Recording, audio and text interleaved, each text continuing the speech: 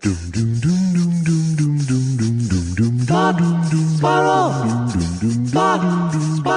2 Jews, 2 mics, 2 hours, starting now.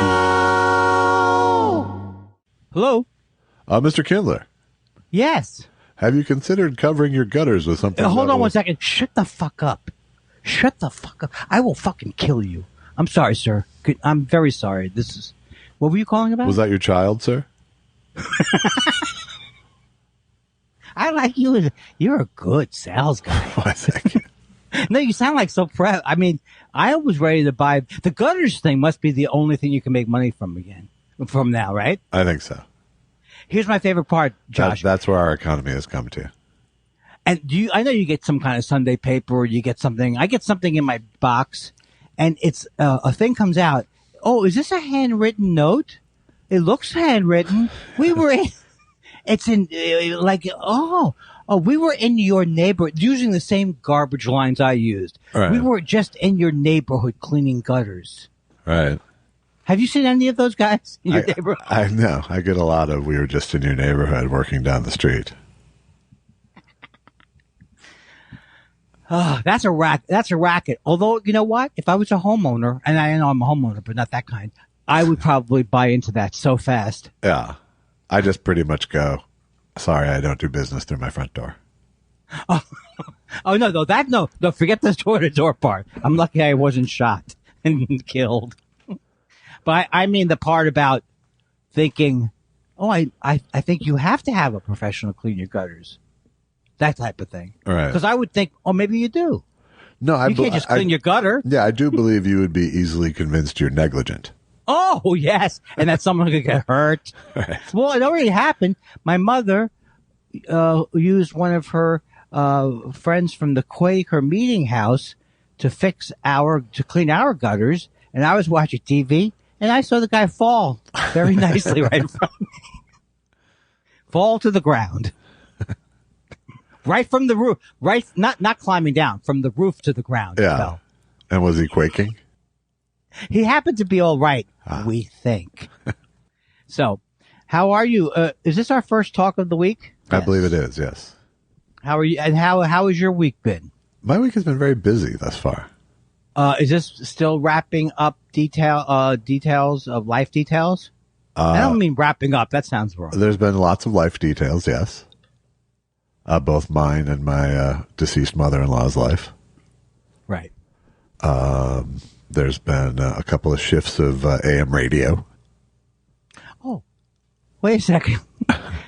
Me forgetting everything you said. Uh-huh. I didn't even understand. I'm so self-absorbed.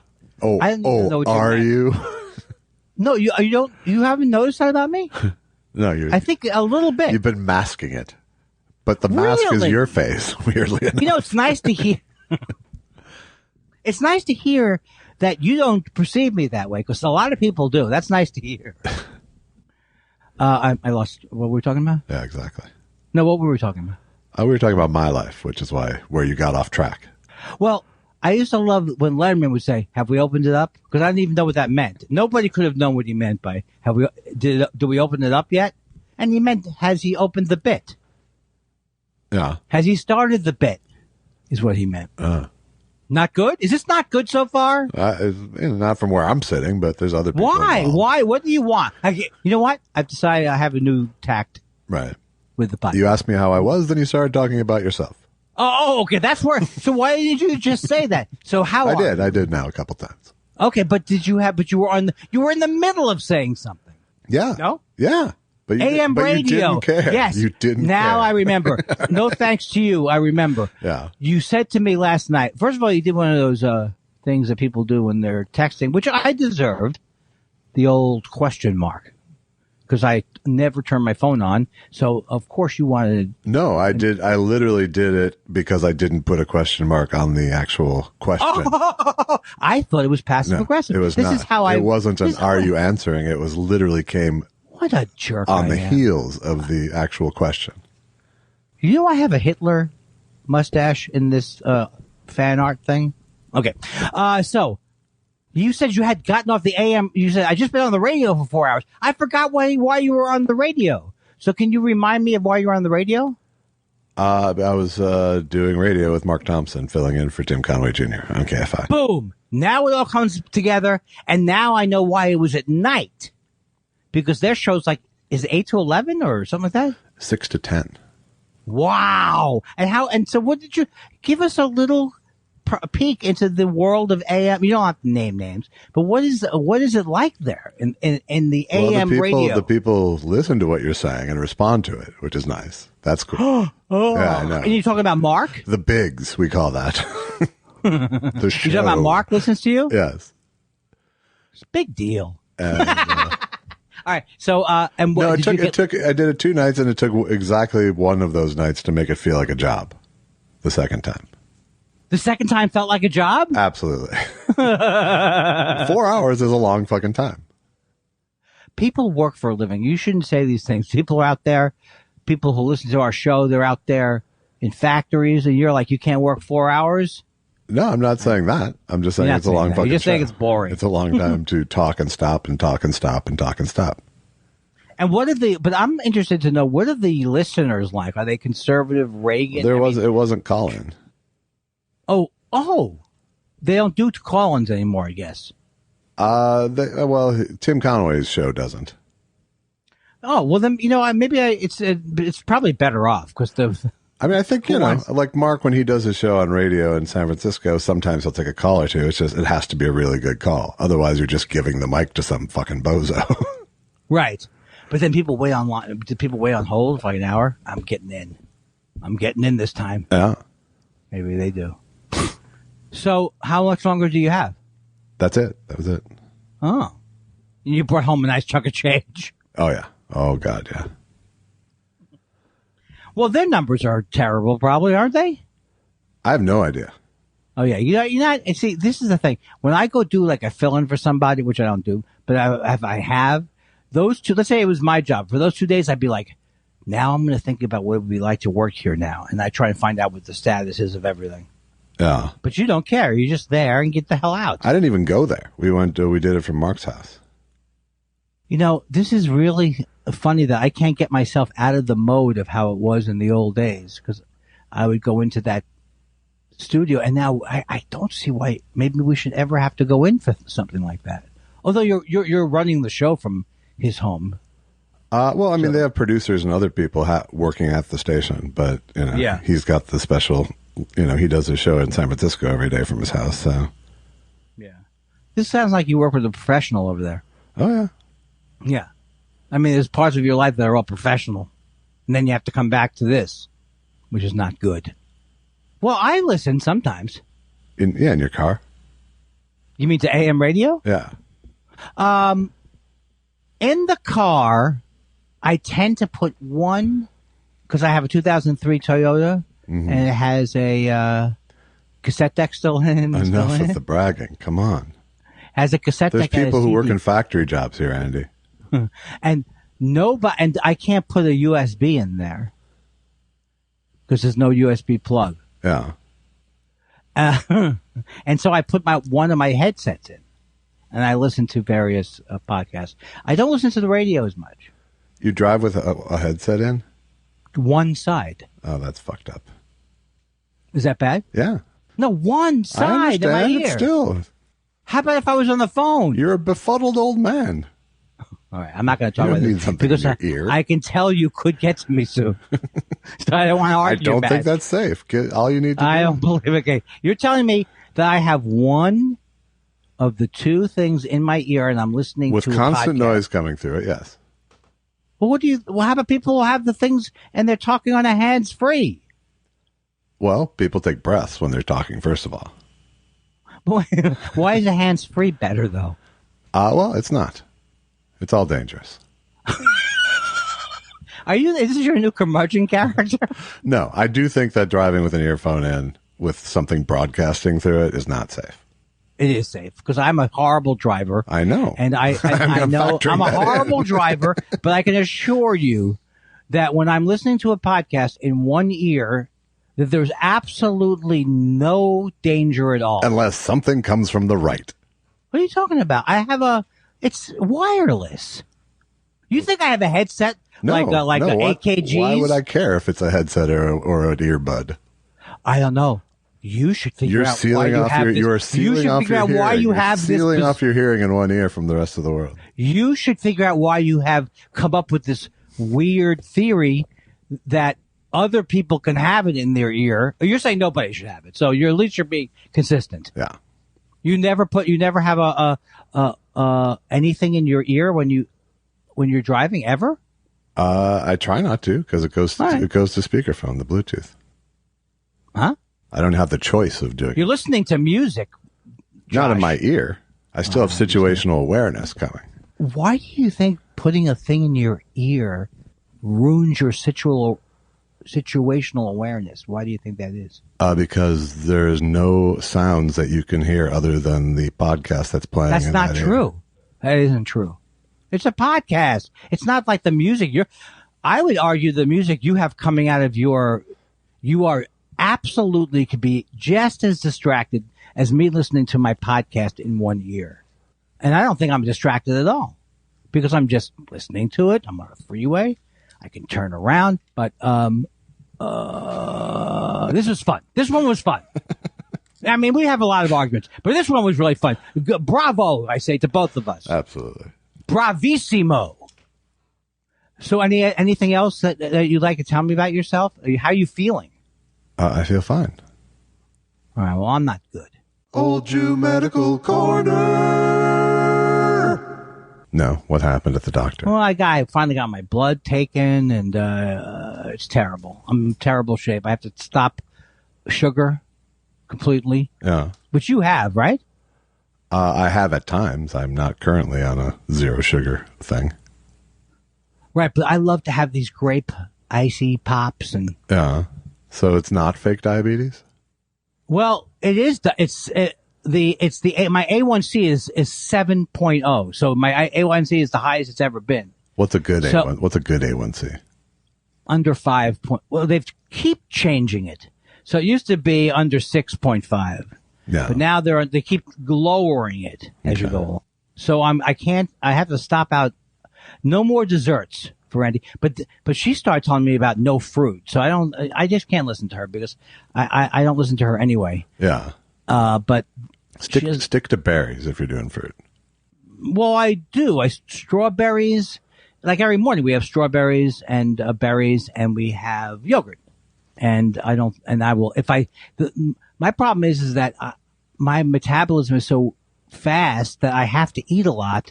So it's hard for me to avoid the things that everyone says you should avoid, like, pretzels and things like that, because I have to eat a lot. So I have to find alternative ways, I guess, too. Well, if you eat more protein and fiber, you will have to eat less because you aren't getting the sugar explosion then crash.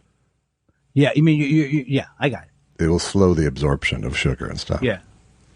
So that was a kick in the teeth because I hadn't seen a doctor. Also, my blood pressure, which is under control, is 165 over 100 with all kinds of medication. So I probably don't want to drop dead. So I'm going to be taking my blood pressure all the time. And the problem is I realize that these finger pricks I find now are not, it is true that my blood is normal when I take it.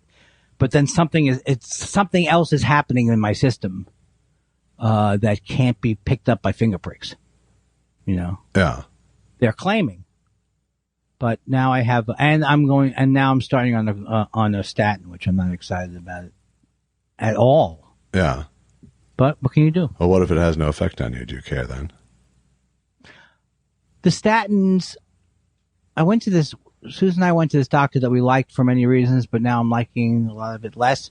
But even my endocrinologist, a lot of people don't like statins because statins can be problematic. And I never wanted to be on a statin, but I'm on one that's supposed to be not that bad for you. Yeah. You're not on a statin? No, but I probably should be. All right. Well, maybe we can do it together. Yes. We'll make it a segment. Yeah. So it's a new life. Very excited about it. Yeah. Sounds like fun. Well, anything that puts you on a track towards living longer is aces with me, Andy. Yeah, I know. I guess this thing is like, I have so many mixed feelings about the medical establishment because I'm completely convinced that my sister was killed by being, and many people like her were killed by being put on ridiculously restrictive diets that ruined their metabolism. My sister was put on a 900 calorie a day diet when she wasn't heavy. My parents thought she was heavy. Society thought she was heavy. And then she started having problems with her weight. So I just feel like medical, they don't know. Doctors for sure don't know anything about nutrition. For sure. I mean, it's amazing because my father used to tell me like 100 years ago or 75 years ago, whatever, nobody went to doctors were considered it hasn't been that long that doctors have had a lot of where we've seen them as like superheroes from viruses and all this kind of stuff. But there's a lot of stuff they don't really know that much about. And I think nutrition is something they don't know. So, well, but I think everything, yeah. I think that feels like a sort of old world fixed mindset thing about that. I mean, there's good doctors and there's bad doctors, you know? No, I'm not. I think there are doctors way. that know things about nutrition, but it is undertrained for sure. Okay, well, it's not. Okay, let me say one. I'm not saying that the medical doctors are like they were 75 years ago, but I'm saying 7,500 years ago they were idiots in a lot of things. So I'm not. I loved people's lives saved all the time. Cancer. No, I'm not saying that at all. It's not an old worldview. It's a new worldview. They don't still know that much about nutrition. And so I just feel like I got to find out for myself what to do. You know? Yeah. Figure it out. Figure it out. Okay. Are you humming? Why are we not getting along? This isn't fun today for me. This is terrible. It's not terrible, but it's not fun. It's unfun. Okay. What is the problem? Why are we not? What is the nature of the deal? Why is this not going well? It's hard for me to explain, really. Well, why don't you explain it? Because it's not going well. No, it's not like I'm not saying I have a too long an explanation. Well, go ahead. I'm saying I can't explain it. Oh, you're saying you don't have an answer for why it is? Okay. It's just not going well. Yeah. Okay. Yeah, I shouldn't have stayed so long with the earphone argument. I was just having a little fun. But it didn't work out. It's so hard to tell. I guess I'm afraid that you're going to go. It's probably my problem. I'm afraid that you're not going to want to hear what I'm saying on certain issues. Yeah. And so as I'm saying it, I'm scared to tell you because I know you're going to say, because like, for example, with the old world doctor thing, I think in general, I express myself poorly. People think I'm upset all the time. I have to lower, my sister Susan says, lower your voice. I'm yelling at the top of my lungs almost all the time. So I don't express myself well, but I know that it is not a simple thing of, I think of doctors like I'm a, what's it called when someone doesn't accept modern, like I'm a Quaker, not a Quaker, Amish. Yeah. It's not, I accept medical science and I've read a lot about nutrition, but I think I get what I'm thinking. What I feel you're saying is this guy doesn't know. Here's where I know I'm wrong. Cause I think all the time that people have way worse things that they're thinking about me than they're thinking. But I'm thinking you're thinking, he doesn't know anything about nutrition. These doctors know what's going on. He just doesn't want to listen to it. So either he's going to listen. I knew he'd have diabetes. I told him 6 months ago he'd have diabetes. So I feel like an idiot. Well, I mean, I would say I'm somewhere in between what you're fearing or assuming. Mm-hmm. Because I'm not saying he's an idiot, doesn't know what he's talking about, but I don't necessarily accept they're idiots and I'm going to do better. Well, that's where the emotion comes in because I watched my sister be subjected to my mother, and I've watched medical science report about fat people and blame fat people for being fat. So I'm very, very upset about it and definitely think they are idiots. But I agree with you. You're right. There are some doctors who know about nutrition. Very, very few. Because we don't know that much about nutrition. I'm just sounding upset now, but I'm not. Yeah. But we don't obviously know that much about nutrition at this point. No, it's clear that it is an ever evolving and and quack-filled science. Right. And some doctor told my sister once, he says, he starts arguing with my sister about, he goes, it's Newton's third law of thermodynamics. Energy in, energy out. This guy's claiming that every people's metabolism metabolizes the same way. So 200 calories is the same for every person. This is what you're dealing with out there, because I think that people see people who are heavy and they just think they're fucked up. I'm only reacting now because I've seen it. I've been a recipient of seeing my sister suffer and other people suffer. Well, I've been a fat guy my entire life, so I have some I have some vibes. Oh, I know. I'm not saying you can't weigh in. Hello. I said no. Of course, I know. You've dealt with it. No, the hello wasn't in reference to your weigh in joke. Oh, what was it? Wow. Okay. Now I'm not having fun.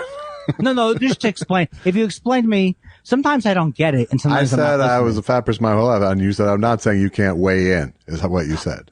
Right. And I made a reference to that pun being, Oh, okay. I'm too upset. I'm too upset to see it. And I'm not upset at you. I'm upset at anything. I think you're upset that you can't have sugar is what you're really upset about. I think that's certainly part of it. Yeah. But when but my sister would call me from the hospital, and they would see if you ever see a dietetic menu from a hospital, yeah, there's literally nothing nutritive. To be fair, have you ever seen the regular menu at a hospital? True, that's true. Yeah, I shouldn't. Who's calling me? Yes, I'm declining. I'll say. But so in other words, like, she's telling, so I'm sitting in the office, she's saying, yeah, you can't eat fruit either. Well, they say I was like, okay, this person does not know. I know that this is not right. I know it does not translate to, you must find every bit of, because when you have nuts with the yogurt, that cuts. So I know there's a lot of stuff going on here. Right. I just have to find out what to do. And I have to stop desserts because I have no excuse for it. Right. The desserts, what am I claiming with the desserts? I'm sorry, everybody. I have to have a dessert now. It's very important. Yeah. It adds nothing, but it makes me feel good emotionally. I eat these grape icy things, and I feel good for 2 seconds. If you go to the store with a different eye, there's a shit ton of sugar-free frozen things. I mean, yeah, I'm going to have to go that way. You'll find one that you like. Right. Yeah. There really is. There's right. a lot of them. I think you're right. I think you are the beneficiary of the keto age. What is that? Just, I don't really understand that. It's all protein, or what do they? Well, it's fat and it's basically sugar shunning. It's carb. It's carb shunning. Okay, it's carb shunning. Okay. Carb and sugar are the same thing. Right. I know that. That's the thing. So I know that I am not going to have pizza, is what you're saying. No, but you could have a cauliflower crust pizza. I don't want a cauliflower. But okay, again, too far too soon. Again, too soon. But you're saying that out of hand without ever having tried it. And in fact, there's some good product. No, I do try it all the time. I have tried it many times and made it. No. I tried it from scratch. No. Susan's gluten free. I've tried everything you're talking about. Okay, well, good. So and there's a really great pasta that she uses that I can't tell the difference between that pasta and regular pasta, but I haven't found pizza that I like that. So I'm not saying it's a direct analog, but I'm saying if you have but I'm willing to. I'm ready. Pizza Jones, you go, all right, this is what I'll do. You're right. And you know what? The pizza last night I had a pizza that was a great pizza. I hated it. I just don't care anymore. I don't care. Something's going on with me, and it's very upsetting to me. So I don't want to die like they're claiming I'm going to die. I guess you wake up one day and it's like they claim it's not the silent killer, but it's close. Yeah, I feel fantastic. Well, the good news is you walk a lot. Oh my God, this is my doctor. Should I answer it? No. Why did they? I just came from their office. They gave me bad news, and now they're overloading me with. What are they saying? It's worse than they thought. Yeah, they're saying we mixed up your file with someone in terrible shape. She was getting me mad. Mr. Kindler was here at the same time. this woman who I go to, I'm not going to say her name because she's a little bit of an operator. So, for example, I say, she starts going through my tests. She goes, can I see the test? She won't give you the tests unless you make the appointment to come in. That's not lawful. I can see my test. So I said, I want to see him while you're talking about me. She know what she said? We're all electronic now. Well, it's in my portal, Josh. Yeah. My numbers were in my portal. Do you want to look at them? Sure.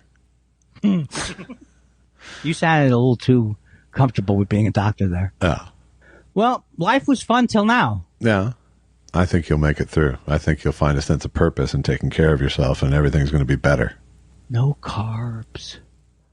No carbs. All right. I don't want to talk about this anymore because I'm just going to get reductively upset. Yeah. Is that right? Do I use the word reductively? No. Well, I don't want to, reduce it to any further. Now do you feel better about us, Josh? That was too loaded with garbage. Yeah, that was just, seething sarcasm. Yes, seething sarcasm doesn't help. Yeah. Lol. Captain, it's the lull alert. Lol. I'm lulled out. Well, you have a therapy appointment today, right? At 3. A special one. I normally wouldn't be on Wednesday. That's what I figured, but I was wondering maybe he was consolidated down to one a week. I don't know. No, I'm doing 2. It's still Tuesdays and Thursdays, but for this week, she left town, and look what happened. It's a Wednesday super session. Well, I'm sorry you're feeling put upon by life. Thank you. I appreciate that, but I have nothing to complain about is what I also say. I've had to do nothing. I've had to do nothing for my health my whole life. Yeah. I've gotten away this long. But I am walking 4 miles a day, so I'm not stopping that. Yeah, nor should you. No. Well, that would be weird if they said, you know what? You're going to have to cut out this exercise. But, the truth is getting to 65 without statins ain't bad, And right. The question is, are statins ever good? That's what I'm wondering about, but I have to give it a shot. I tend to think yes. And I think that there's evidence that shows that it is. I think it is. We're like 25 years into the modern statin age, pretty much. That's true. And now I'm starting to. Did I tell you this joke that I said? I think you like this joke. I came up with, or maybe I told you. I said, I never thought that I would be. There ever be a time in my life where I would be listening intently to Bill Engvall. Quiet. Bill Engvall's talking because he's doing the Medicare things. Oh yeah. Shh. I'm trying to hear Bill Engvall. I've never had anybody. I've never said that to anybody. Did you see? Please. Did you see they've slipped J.J. Walker into the Joe Namath slot? Oh, I have not seen those. Oh yeah, yeah. It's Jimmy Walker, and they have to put like 3 different headshots from the JJ age, like on the wall that he's standing. You mean to remind you? To tell you who Jimmy JJ Walker is. There's like 3 things that say dynamite on them and stuff. What's dynamite? See, I don't even think that's going to be hard to get people to remember. Yeah. Kid Dynamite. Well, also, Joe Namath. I thought they don't ever go away. I thought there's a certain period. But Joe Namath's back too. Get everything you should get. With the uncertainty of the virus, you deserve everything you can get. Everything you're entitled to. That's the word. Entitlement is the word. Now, you got me. Turned me around on Joe Namath. Or actually, not just Joe Namath, on everybody. Because I used to associate, he's such a great, I love him. I love him in every aspect of his life. I want him to sell. No, I don't. I'm tired of him now. Oh. It's been. But you still can't take away the football. No, but it's been 50 years since the football. If I met him though, I would be like crying. I guess so. No. I guess I know that. Yes. And right, but what if he brought up the medical stuff while we're talking? I think you'd cry even a lot harder. You'd swoon. Yeah, I still am a love to. Joe, I'm not getting what I'm entitled to here. And with the uncertainty of the virus, that's just not acceptable. And with the uncertainty of the virus, we have a terrible situation. This is not. I'm going to go out on a limb and say that we have some problems with our medical system. Oh, we do. It starts with nutrition and works outwards. Don't say nutrition to me ever again, okay? Oh, I'm going to keep saying nutrition. I'm sensitive. I'm saying nutrition to you. I'm going to have to start to figure out what you eat now. Good luck with that. But you eat things that some people would say. See, a lot of people people were anti-meat and everything, but now, oh God, I am not on any nutritional high horse. Let me just tell you right now. What would that look like? Would it be like a well-groomed?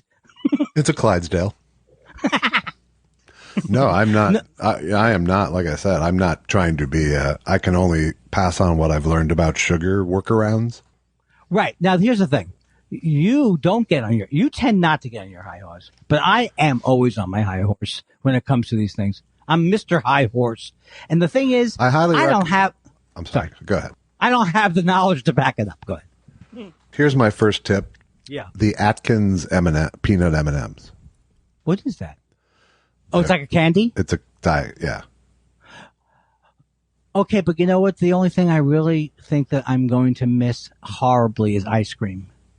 Plenty of low sugar, keto kind of things you can probably scratch the itch with. But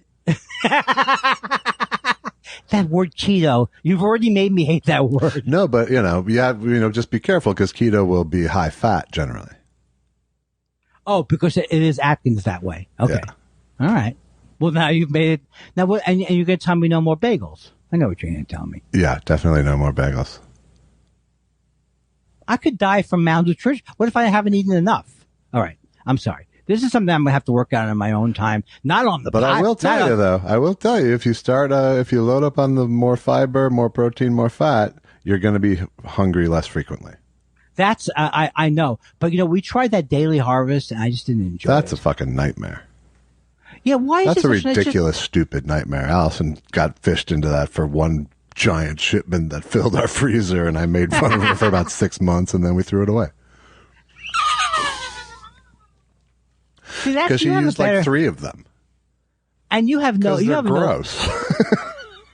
They're really bad. The only things that I like some of their like soupy things. Yeah. But otherwise, you're like, oh my God. No, what sort of pre-programmed nightmare have I signed up for? And why does my freezer have no room for anything else? Yeah, that's true. I do want to sign up for something. I want to sign up for something where they do something that I don't have to do anything. I am not a subscription service man. I think you're right. Wait a second. You were, didn't you have a thing that was shipped incorrectly from Amazon? And that was just the wrong shipment that came to you. I got like 30 pounds of dessert that one day. That was supposed to be for somebody else. And they said they weren't going to return it, right? It was all yours to keep. Yes. Throw it away or keep it was their instruction. Are you interested in the finals? Yes. And who are you rooting for? I think I'm rooting for Phoenix, actually. Which Phoenix. Generally wouldn't be my position, but I like this team. The only time I rooted for Phoenix in the past was when they were up against the Bulls. Yeah. Because they had a good team that year, too. When Barkley was on them, they were okay for a couple of years. That's the last time they were in the finals. Yeah. And the tennis is very good, too. Yeah. I have not. What is this, sports update? I have not been watching Wimbledon. It's really cool because I'm rooting for Roger Federer. And I did watch that Djokovic French Open final. Oh, yeah. Did you enjoy that? I did. Yeah. Okay. Well, hell of a match. And I don't care enough to hate Djokovic. So. All right. Well, is there anything... Well, what would you... Here's something I will tell you that will hopefully make you feel good. I had to do this reel of stuff I did. And I was going through the kids' court. And that's still the best Andy Kindler vehicle ever made, I believe. I think it is, and you were hilarious on it. We both were hilarious. We were good, but it was there was some particular like best parts of Andy Kindler came through on that. Yeah, I thank you. Thank you very much. It was one of those things where every once in a while, you get like a naive feeling like, well, this will go because it is good. Yeah, I never feel that, but yeah, but I can do the second part. Yeah. What's the second part? If this is good. Right. But that doesn't make me assume it'll go. Well, part of it is if you do something and it's good, you do feel like happy that it's good, more than anything else. Yeah. No, that's pretty much the only pleasure I get. I think you're gonna build a little noise on the with some of these movies. You build a little noise going. I think the noise has come and gone. Is this it? The noise has moved on to the next town, I think. Has the pandemic ruined everything? Just for me. I think everyone else will recover nicely. I don't know. I mean, I hear the turkey and the straw guy is doing well. Hey, I finally got some confirmation that there's fireworks being dealt out of those trucks. I didn't even know that's what you thought it was. Yes, that's been my long-held theory. What did you base that theory on? Intuition. It just looks... Intuition, my criminal mind that, I only use for good. Right, but so... In other words, so why does he have to drive around the neighborhood? Oh, he's saying, here's the fireworks. I'm saying he's selling ice cream, too. Well, how would you even have researched it? I did. Well, how I found out is there was a news story about someone in Sacramento where some parents saw a bunch of M1000s in an ice cream truck. So it's not like I have a wide confirmation. I just have a lead now. That's always the worst way to get caught. But then someone else told me that on the East Coast, that's common to do sort of over-the-counter fireworks. Your sparklers, your fire. They actually sell them from those trucks. So you put together that sort of precedent, right? And the massive illicit market here. And I mean, still, I'm sure the ice cream is good. You got your turkey in the straw, is what you got, my friend. I like that. I like that we've been able to see through. But how come he doesn't have any pretty pictures of ice cream on the outside? You can't have an ice cream truck that's a panel truck with no indication except for the song. Just a black van with a speaker. Yeah, sir.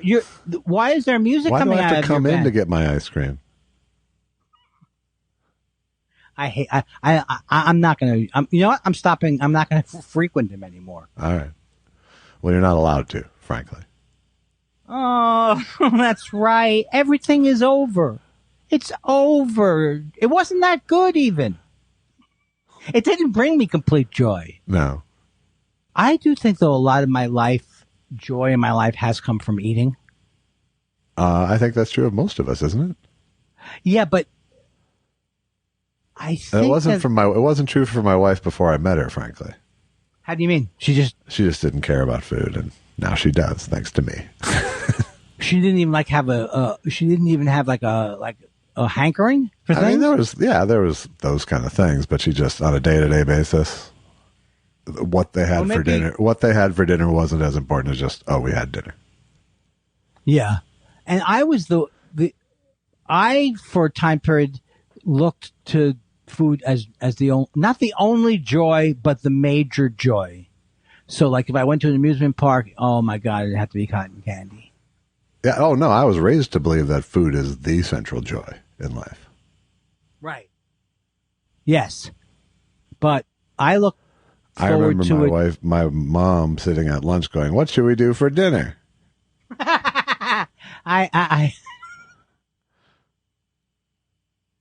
It is a big thing. It's a big thing around here too. What are we going to do? Yeah, but it's as you grow up, you realize having to answer that question is really a giant fucking drag every day.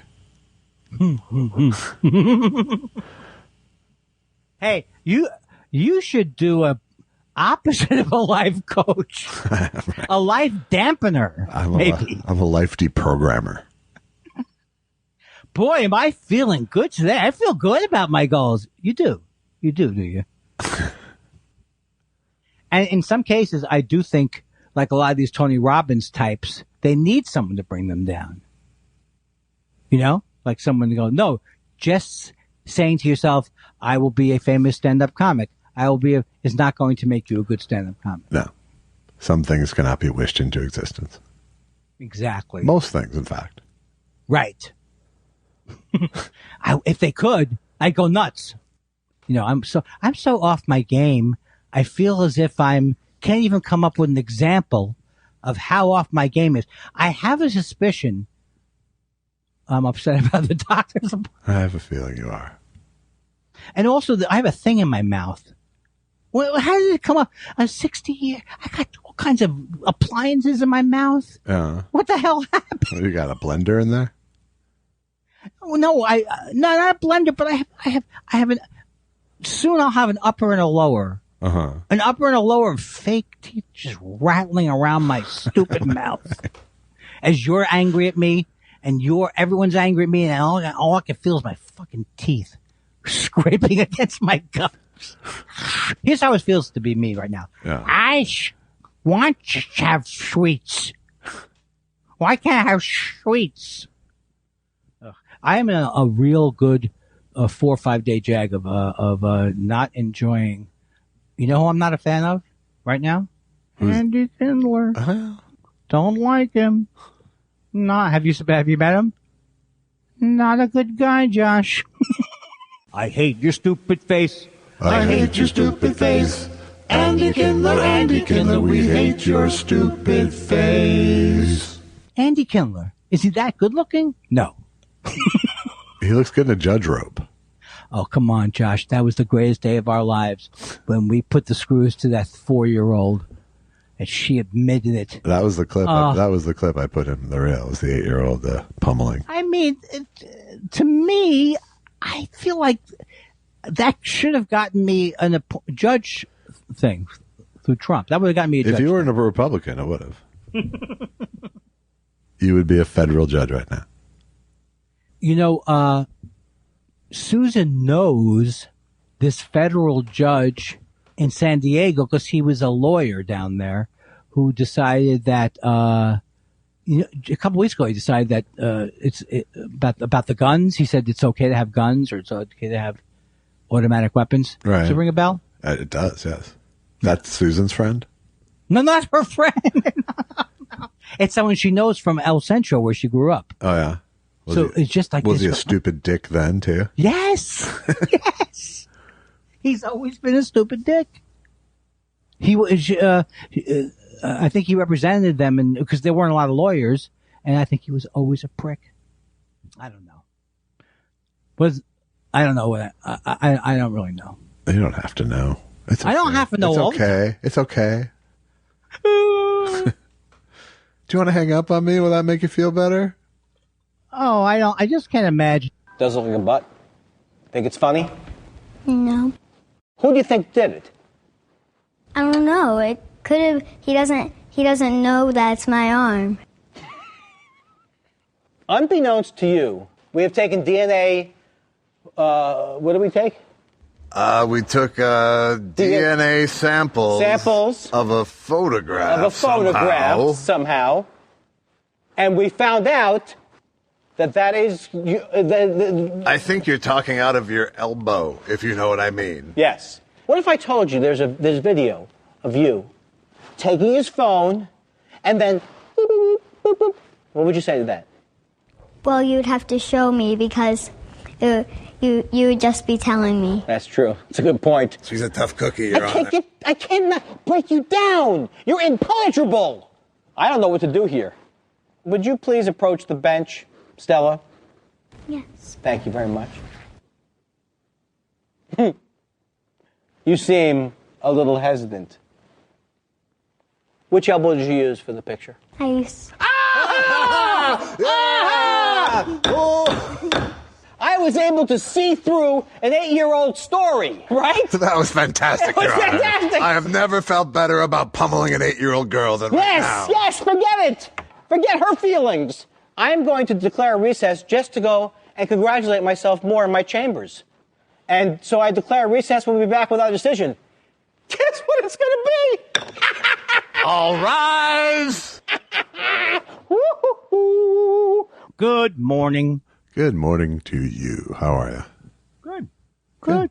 How's that sound? Good. Not convincing, but it was in rhythm. Ask me again. I'll try. How's it going?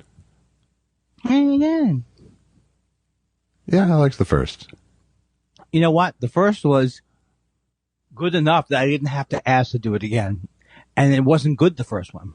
No, it was funny. It just wasn't convincing. Oh, okay. Well, ask me if I killed the guy. I'll be on the trial. Let's see.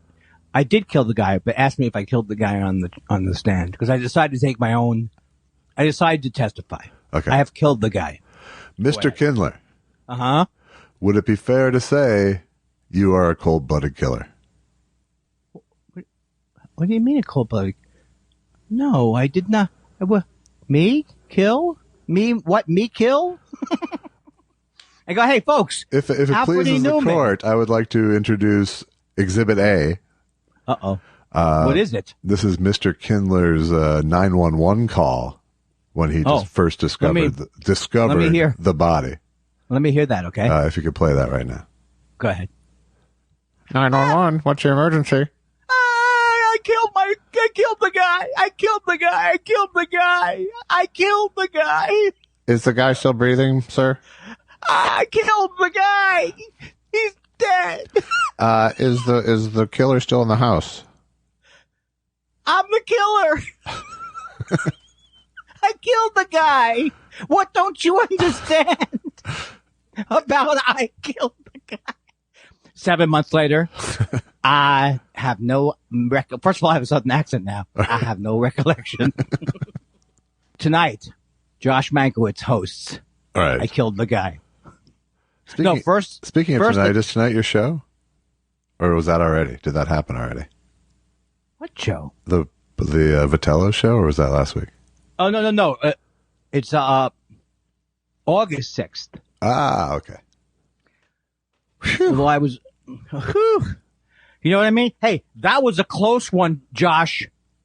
Did I tell you how that I'm ill? Old Jew Medical Corner. Talking about this again.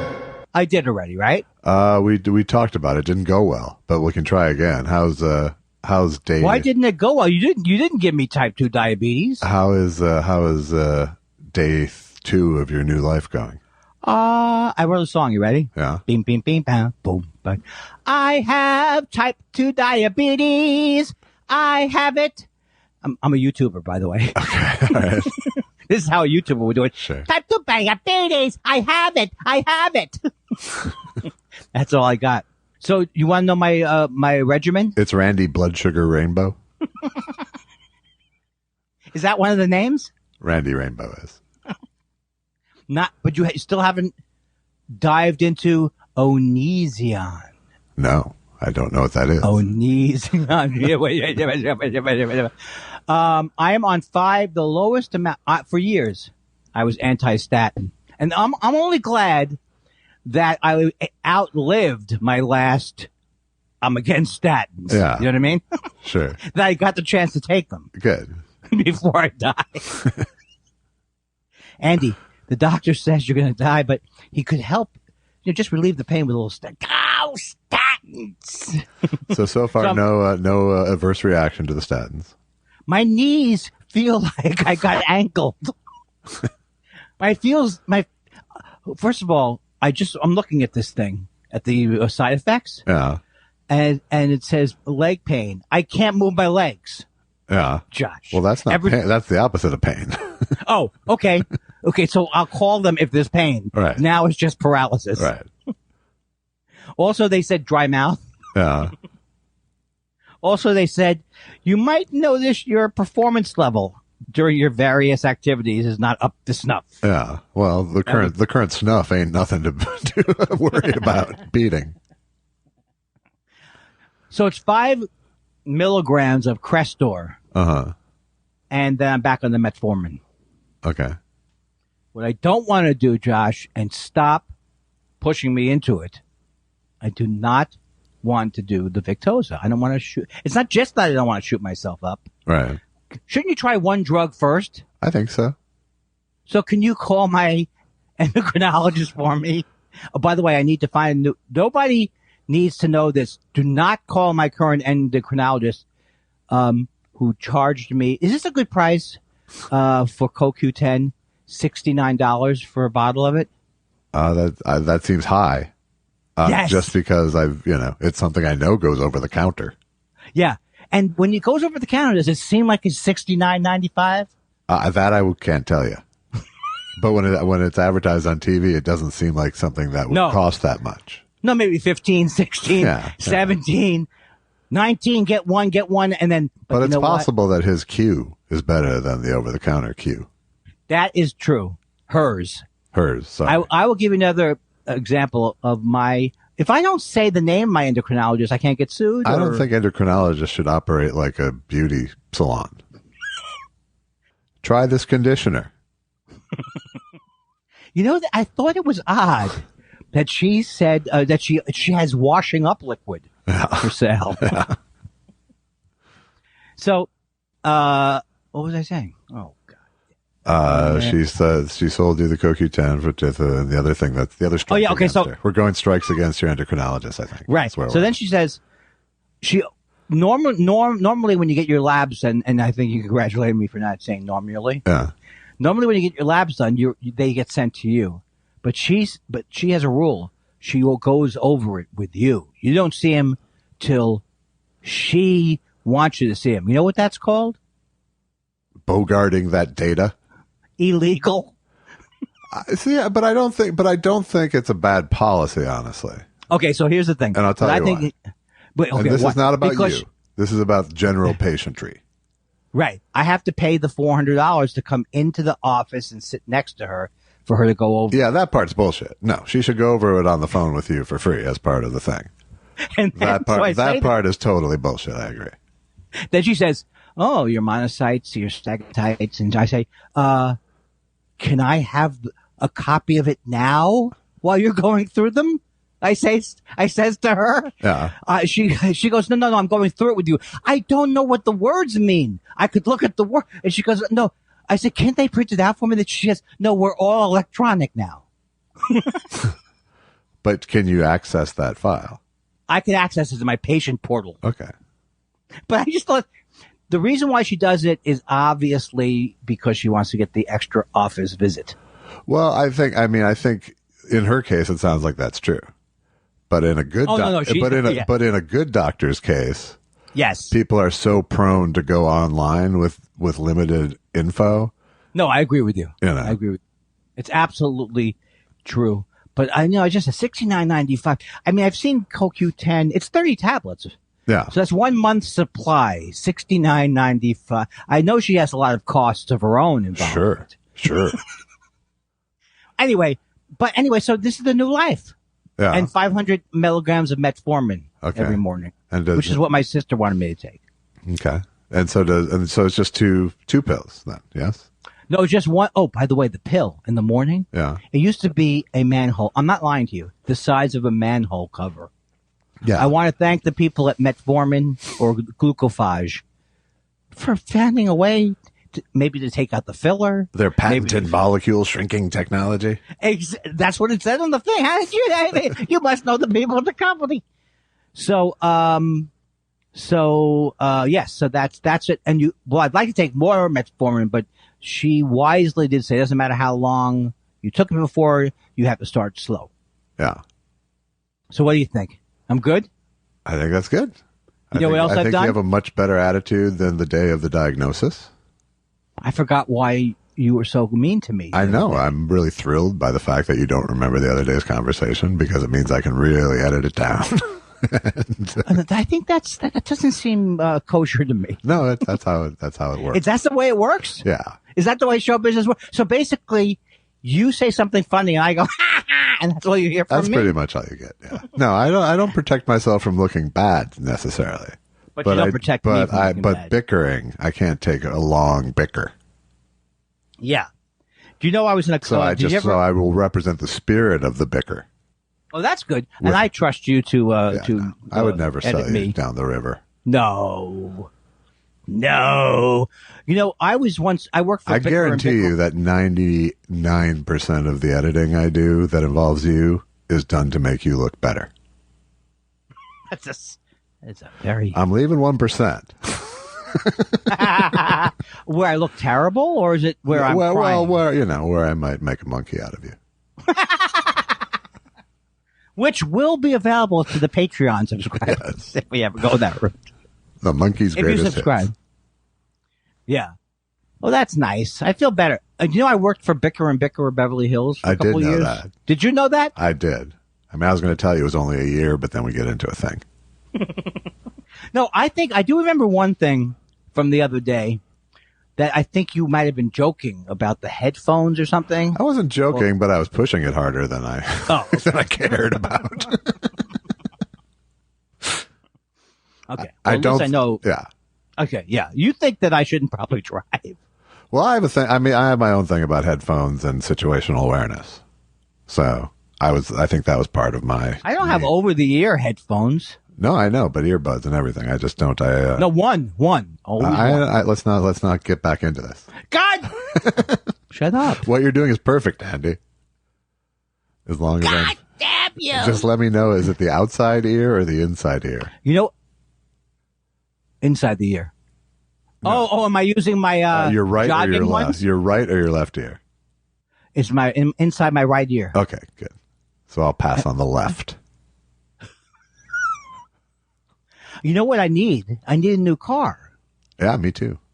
Because if I had a new car, then I could play my podcast on the radio, which you're claiming does not hurt your situational awareness. Well, I think it's different. Like, I don't play music in my car loud enough that I can't hear something outside my car. Then why did my ears bleed the last time you played? Because I was punching you in the side of the head for reading every sign.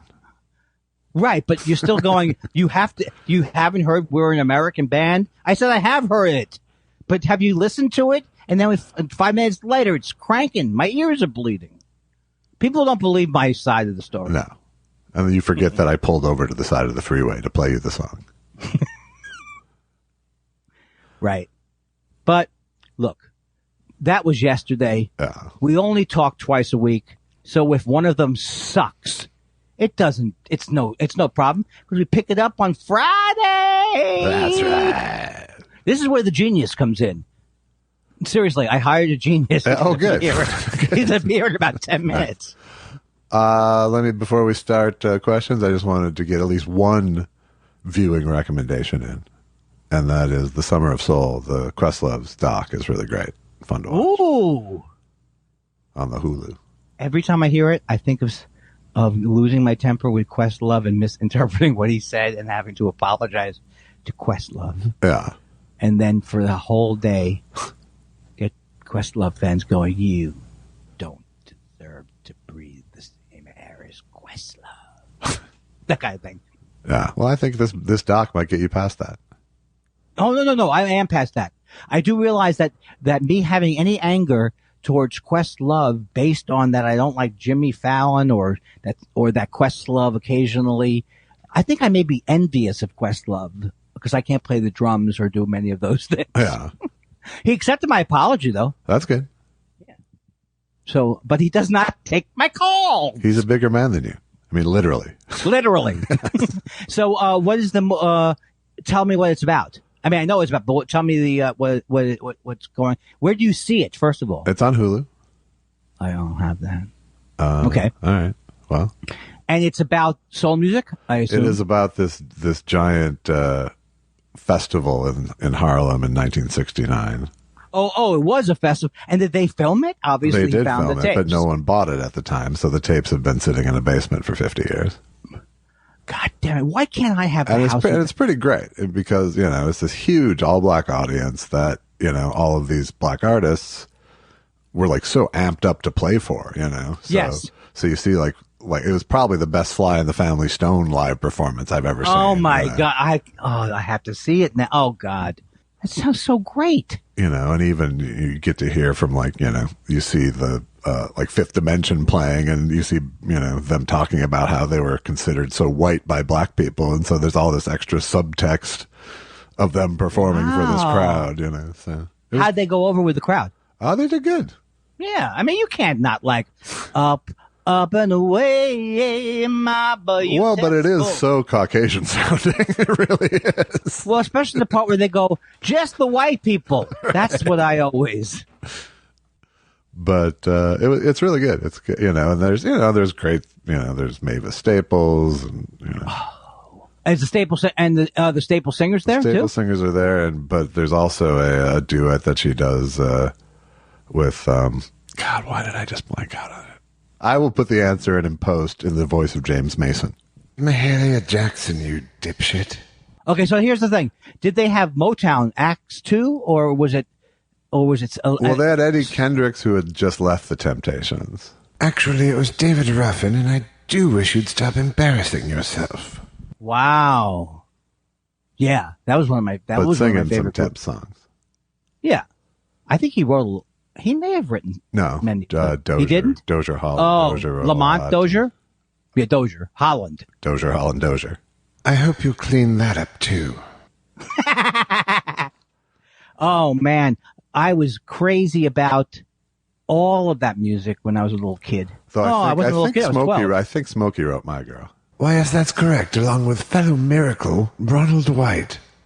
Yeah, yes. I think you're right. And Smokey wrote a ton. He's almost like a Willie Nelson level songwriter. Or I might be wrong about that. I think Willie Nelson has written way more songs. But no, I don't think that's true at all. But I think I lost. Why? You know what I should do? Why don't I learn things first before pontificating? There's a good doc, the Hitsville USA doc about Motown. While it's obviously very pro Motown, is a great doc. Well, that sounds great. And it's a lot of Berry Gordy and Smokey talking through the story.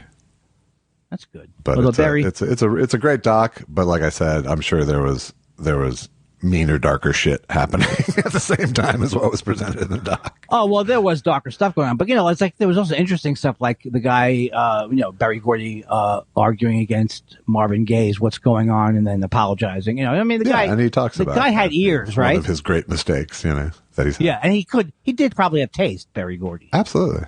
Yeah. But did he write? He wrote. Ah. Were there like a group of four? How about the Tammy Terrell? Oh, okay. I'm just gonna have Tammy. There was different. I mean, Okay. there was competing groups of songwriters. There was Berry Gordy. There was Smokey Robinson. There was Holland Dozier Holland. There was Ashford and Simpson. Eventually. Oh, you weren't kidding about a Holland Dozier Holland? No. There's 3 people? Yeah, it's 2 Hollands and a Dozier. I think I said 2 Doziers and a Holland before. But cheers, old boy. Oh, and Ashford and Simpson, they wrote so many great songs, and they were great singers. Yes. Oh my God, this sounds like 2 documentaries I have to see. And the Harlem one's also the behind the scene, about how it came to be, right? Kind of 2, or is it just the concert? It's interviews with a lot of people who were both there in the audience and on stage. And, it was a festival that took place over several weekends. So it's one day was a gospel day, one day was an R&B day. That's so cool. So it's kind of mixed together. Also, I know I've recommended it before, but I really am getting The Crown. I'm getting more and more into it. It's like almost like the greatest soap opera. This week they took the temp off, and what's it? The Crown. The temp. The Crown. I'm talking about. That's not easy for me to get.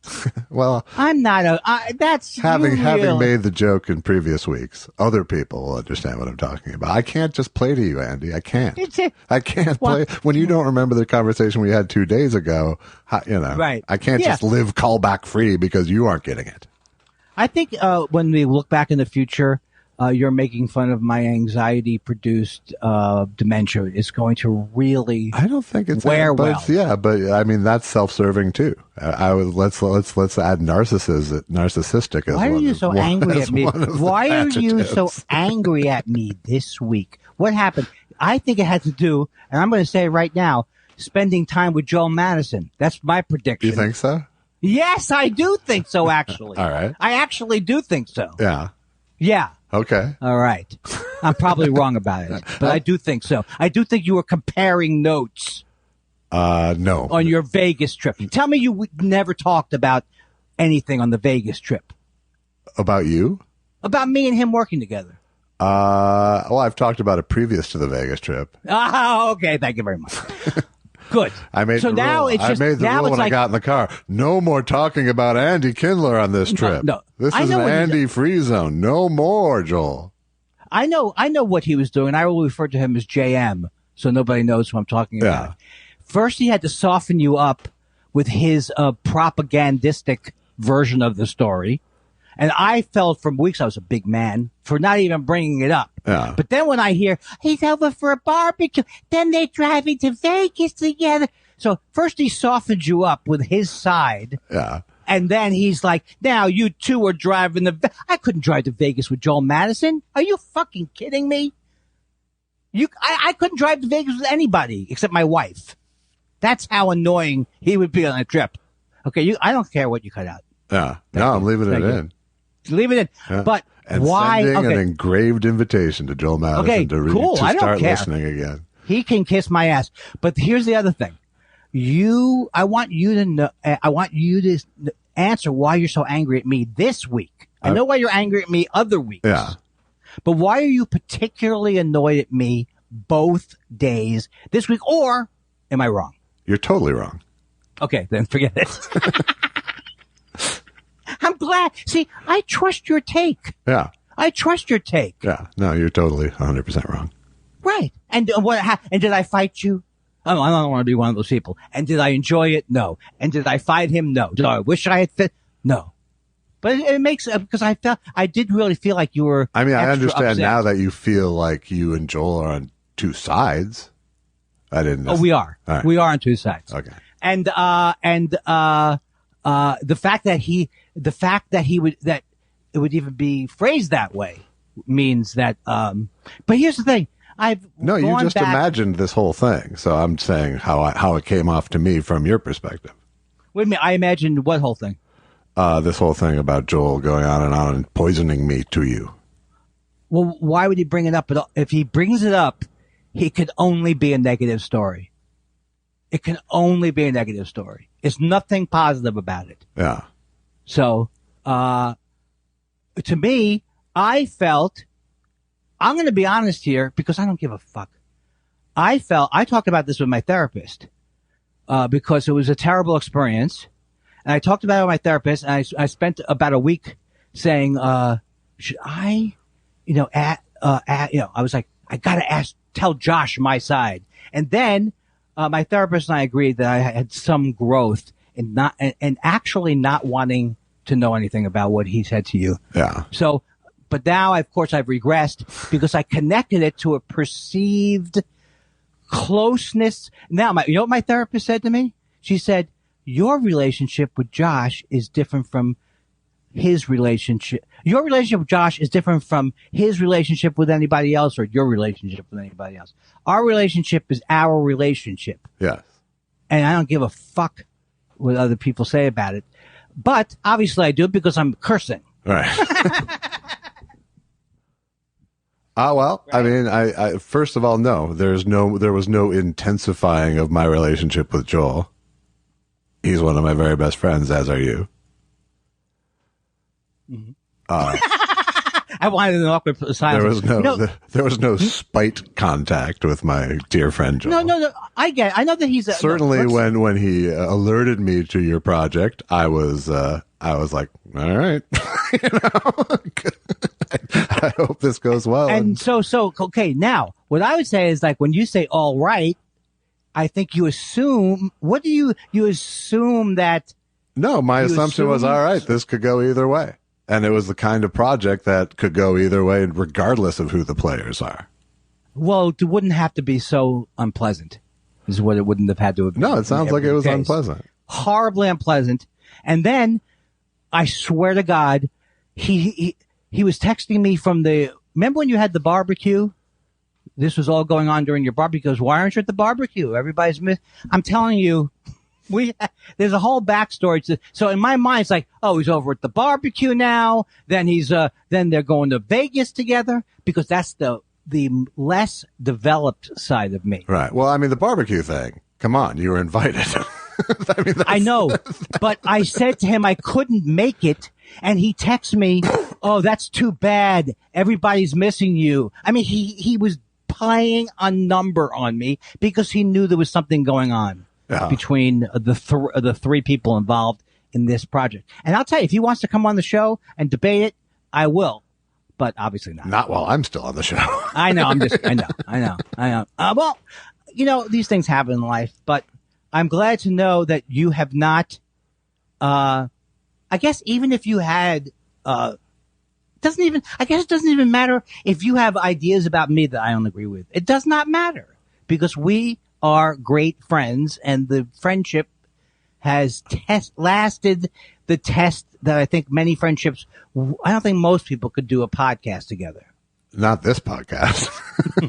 I mean, if we talked about like murders or something, Yeah. If we narrowcast it, I think we could do fine. Well, what we're doing is I don't want to brag, but what we're doing is harder. In many ways, yes, except it requires no preparation. But that makes it harder because it's harder because it has to be based on the quality of our conversation, whether it's interesting or not, or whether people want to listen to it or not. And then it also requires me to listen. It's a very, very hard, good skill. Yeah. And it's a hard thing to do. Right. And we do it well. I'm not saying, Josh, if you came to me tomorrow and said, Andy, I hate the way you smell, which you have said. Uh-huh. I don't like the way you rub against me. Right. And I just cannot do the podcast any longer. I would say, Josh, this was great. I'm sorry you don't want to do it any longer. But here's the thing is I would come to you and say, Andy, I like the way you smell. I definitely like the way you rub up against me, but I just can't do the podcast any longer. That sounds like is the way it would go. Yeah. See, the lesser side of me, which is the side that builds cases against people that aren't there. Right. There is a 1% part of me that has a fantasy about you a year and a half yelling like you have never yelled to me before, right? You're yelling now. Uh-huh. Look, you motherfucker. I've been editing this goddamn show since day one. What the fuck have you done for the show? Nothing. And now you have the nerve to sit here and I don't know what I'm saying. Right. So, yeah. But I know that that's not it's not realistic because you don't walk around holding grudges. Not many of them, and not towards you. Well, if you hold on to a grudge, isn't it because you're no longer with the person? It's not, Yeah, it'd be very hard. It's not convenient to resolve the grudge. Yes, yeah, exactly. You don't want to resolve how many, do you have more than 5 of those? No, probably 5. Do you? And I can't catalog. They aren't easily cataloged, which is a good sign too. But I bet there's 5 good ones in there. Do you hope to let them go, or you have no interest in it? I don't really care. They aren't. Yeah, well, I think if you don't really care, then it's not that. They're low-level poison at best. No, for you. I mean, I had my biggest one probably for years was all Mystery Science Theater related. Yeah, and that had to be a big mostly one. Towards Jim Mallon, but partially because I had resolved the issues with the other people I wanted to have relationships with. Oh, see, I didn't know that. I thought it was the whole experience, but it was the one guy that nobody. Well, I mean, it was the whole experience, but like I said, the people with whom I wanted to continue a relationship, we had the talks we needed to have. This is why I always say to people that it's excellent to be friends with Josh Elvis Weinstein because he's very, very reasonable, nice. I mean, you think about people and you care about people and you don't. I probably would not have done well in your position. I know I wouldn't have done well if I had felt as aggrieved like you felt from that show. Yeah. I think I would have I could have killed somebody. No, not killed. But, nobody even knows when you're mad. And no one knew you had those feelings. And I got to be honest. I mean, part of what helped was my youth in the sense that at the time I thought my destiny was bigger than that show anyway. That's a pretty mature feeling to have. And also appreciative of what you were doing at the time. You know what I mean? Because most people wouldn't be doing that at your age. Yeah. I mean, I had some, I had to go back to, I went back to stand up and that was the path I was really on anyway at that moment. So, right. So I didn't feel like I never felt like I'm out of show business. certainly because, it barely felt like show business to begin with. And secondly, I was just so egotistical and, ambitious that it just seemed like a smaller bump on the road, Right, right. But it was embarrassing. Why? Why? Because it was, I was still part of the local scene and I was one of those guys and then I wasn't, Oh, I see. Yeah. So, yeah. and it was a mutual parting, but still, it's not like I had the option to stay if I wanted to. Well, that's bad too, because now you feel like if it was a thing where you were older and had more comedy friends, even it would have been a little bit easier that way, right? You probably had nobody to go. No, well, I actually did. Is the thing. I mean, that was the saving grace. Is I had, first of all, I think the Mystery Science Theater gang had sort of alienated themselves with arrogance from the scene. Right. So I was sort of returning to the scene. Right. And I had to admit to a couple of people, yeah, I got kind of douchey there. Sorry. Boy, you did you get Andy Kindler level Twitter? No, thankfully there was no social media back then. Oh, that's so true. Wow. It would have been a different scene. It might have fucked me up if there would have been social media back then. But I bet this is because I had also years true. of people fucking just once there was AOL and stuff. My first interaction with all that was people fucking hating me. Well, then you did experience it. I mean, what year was this? 94, 95. Well, wasn't there a lot of internet then, or no? No, it was pretty much AOL boards. And right, okay, and it was pretty much people. I mean, there was more internet than that, but the things that I had access to was through AOL at night. But you know what? There were pretty early, like chat rooms where people talked. Yeah, and Mystery Science Theater flame wars were among the very first Usenet conflicts. And what did you? Of course, you didn't. Did you and enter? I wasn't. No. Okay, so I would have. I would have entered it. I would have entered. No, at one point there was one board that I went on and said, "Hey, I'm J. Elvis Weinstein," and I think I was looking for an episode, like a one of the UHF episodes. Right. And literally only one person answered me. But she then provided me with 20 episodes of UHF shows that she collected from around the world on tape. Yeah, well, that's pretty good. Wow. I'm so, not being familiar, even admittedly now with the show, which I don't know if I've ever lied about. I lie about everything. Yeah, you've lied that you watched it, yeah. Oh, I have watched it. But... you know what, Josh? Now we're getting back to our regular relationship where I live underneath your thumb, but it feels like fun. Well, I never knew that about it. That's a good thing to learn about all those things. And I bet you feel no regrets now when you look back on that in a way, right? Because it's all over and you talk to the people you wanted to talk to about it. You didn't leave it like communicated. Why do I have to make everything Pollyannish? Yeah, I'm not sure. But yeah, everything's fine now. Okay. What you said was quicker. But, some of it is, just a decision, and I can still get to mad if I really dig down. Oh, I think you've been mad at me, but I don't think you would. No, I mean about MST. Oh, okay. You, I don't have to dig for. Okay, let me think. I'll tell you this right now. I'm going to think about the pilot I did with Comedy Central. Oh, God, I hate those people. Oh, God. Oh, I still hate them. Yeah. But no, I think I'm lying. I don't think about it that much. I really don't think about those things much. I think more about Stewie from college more. Yeah. Why didn't he want me to be his best friend? Yeah, a personal rejection hurts more than a professional rejection. From 1978? No, I'm not saying it's healthy.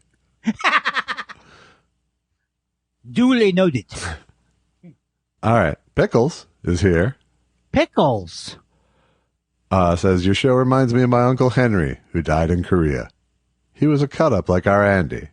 Uncle Hank would say, there are certain rules about a war. Rule number 1 is young men die. And rule number 2 is doctors can't change rule number 1. And a third rule. Is this her father? No, it was Henry Blake. That.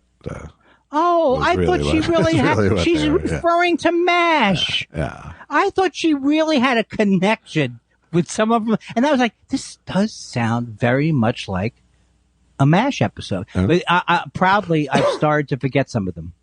That's good. And shocking. Seth Dick III says Mama Dick III is now into playing records, though she calls it vinyl. I find the whole thing so pretentious. So what's your favorite Monkees song? That might be why Mama Dick III said Pleasant Valley Sunday last week and just did it in the wrong show. I'm beginning to see now that there are some issues between Mama Dick and Seth Dick that go beyond this particular problem. I think he's struggling with her now because when you create a character like a Mama Dick, Yeah. you have to keep it going. Right. She has her own, I'm assuming she has her own Twitter account. Yes, she does. What was the question? Our favorite monkey song? Yeah.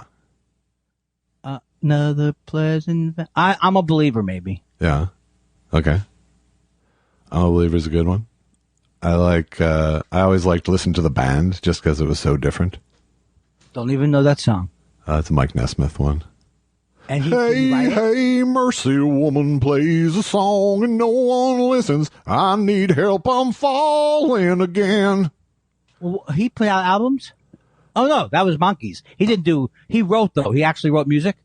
Yeah, I think he had a recording deal before the Monkees, but he wrote Different Drum. That's one of my favorite songs. The one that Linda Ronstadt did? Yeah.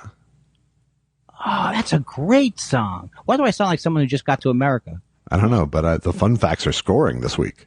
Yeah, because I'm not saying you ain't pretty. All I'm saying is I'm not ready. She does it better than me. Yeah. Jury's still out. I love her. I know that you have different views. I don't hate her, but I don't get it. You don't hate her. That's for sure. Just don't get it. Jason Parton says, it occurred to me while listening to TS216 with a friend that I am the Jelvis of our group. Well, if it's between being the Jelvis and the Andy, it's easier being the Jelvis. Because it's less people are. Why is it easier, do you think? Because I think you have lots of voices in your head telling you bad things that I don't. That's just an accurate diagnosis. That's really what I think. Yes. Yeah, I couldn't have said it better.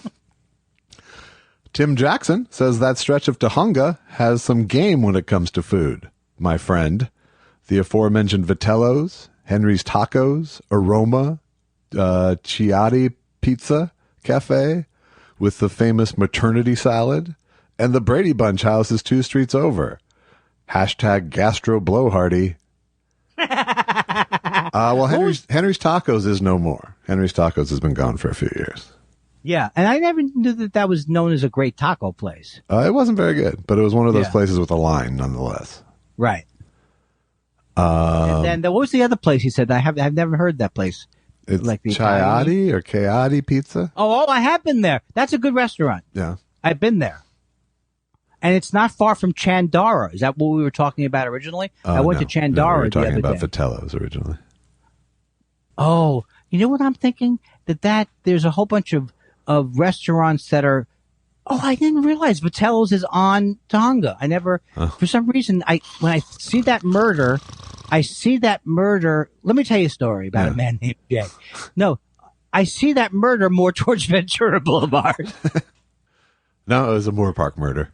I always assumed it was by the LA River. I don't know why. Not so much. It was a Moore Park. The Moore. Oh, I could sell this. We could sell this. The Moore Park murders. Moore Park. Was it a fun street to drive in LA that could occasionally save you some time? Yes. But it was a place where murder happened. For example, where Beretta goes bad. Moore Park. Moore Park. The Moors. It sounds like the Moors almost. Where the Brady's unbunched. I'm telling you, ID wouldn't buy it, but because they have taste. Yeah. But someone would buy it. Yeah, it sounds more like a reels. Do you know that scientists have figured out that you actually know less about the celebrity? Yes, you can when you've lose watched. knowledge with a reels documentary. Yeah, So, you can, often people remember nothing about the celebrity afterwards. They just remember recreation. The recreations on those kind of shows. Oh boy, do they really work them? that was actually one of my very early jokes. Was they say you learn something new every day, but did you ever have a day where you actually lost knowledge?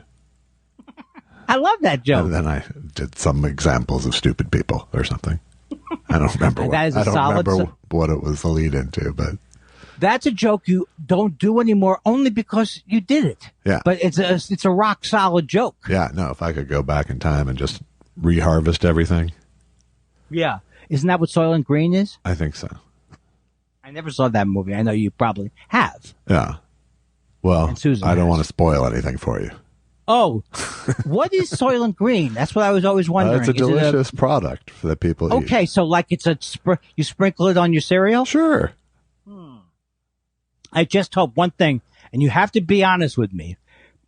I'm not going to eat it if it's people, if it's like made of chopped up people. Yeah. So tell me the truth about that. Well, when you say chopped up, I mean, they're compressed. I mean, are we talking puree or just is it chunks you're afraid Oh, of? I would eat people pure. Oh, Okay, people yeah, puree. there's no sure. chunks. There's no chunks. Oh no, If that's what you're worried sure. about, okay. Oh, sure. Yeah. That's almost like Chateaubriand. You're not going to get like a class ring or something in there. No. That is what I would not like. Because that that metal. Because I have more cavities than the average Jew. All right. The metal. What is that called when that happens? When the metal hits the metal? Metal. Like aluminum foil. Yeah. You have no cavities. I bet you have never experienced it. That thing where you chew aluminum foil. Yeah, and it makes you feel like you're dead. You know what you shouldn't do? What? Chew aluminum foil. Well, why didn't you tell me that beforehand? I thought you eat the satay and you eat the foil is not a delicacy. That is, you know what? Oh, I'm sorry. I eat parchment paper. Right. Wookie Talkie says, I'm glad. Good timing going into the next one. I like the plum cots and the pluots. If a fruit was a banana and a mango, what name would you call it? A banango or a manganana? All I can think of is, have you now found out that there are pluots, Josh? I believe it's a plum cot in my paradigm. I would buy them all the time at the farmers markets and in the very pavilions that some people say is near us. You go in there and it says Pluot. I bet if you even looked it up, you'd see it. I believe you. I believe that there are two separate proprietary fruits going on. Well, there's three. There's kumquats. That's a whole different ball game. Oh, I'm sorry. That's a whole different fruit game. Can I start you saying my bad a lot? My bad. Yes, but only when it's inappropriate. Wait. What? Tweet Pahara says, I'm sure you guys have both been to Frank and Musso's many times. And of course, he meant Musso and Frank's.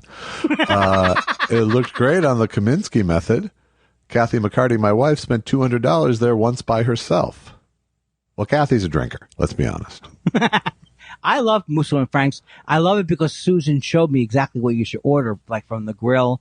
And some of the stuff that's great is fantastic. But some of the stuff is like old school. But I love that restaurant. Yeah, it's a fun go-to once in a while. They do make a good martini. And they do, and the grill, the stuff off the grill is good. Yeah, I've had good steaks there. And Dantana's, of course, we love.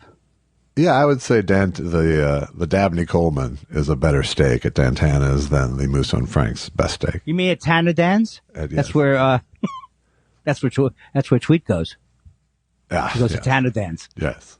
See, I remembered something from 3 seconds ago. You did. You called back. That's the callback of a minute is the journey to a callback of a week. You got it, John. John? You're not John? Do you think mixing up people's names is still a viable form of humor? Yes. Only at the highest levels, though. At the highest levels, it always works. When you see Steve Martin do it. Right. He can mix up a name very well. Yes. Dana Schwartz says, as you undoubtedly know, I'm fascinated by the technical details of podcast production. For a while, I've been wondering how long it takes to make one of those harmonized stings, as you call them, for a single listener name. An intriguing question, don't you think? It only takes a few minutes. M. Ledsome says, I thought I was an astrophysicist once. Turns out I was just projecting. She's good. I want her on staff. That is good. Mike Parrish says, my roommate occasionally sleepwalks to the fridge at night where she eats cheese hand over fist.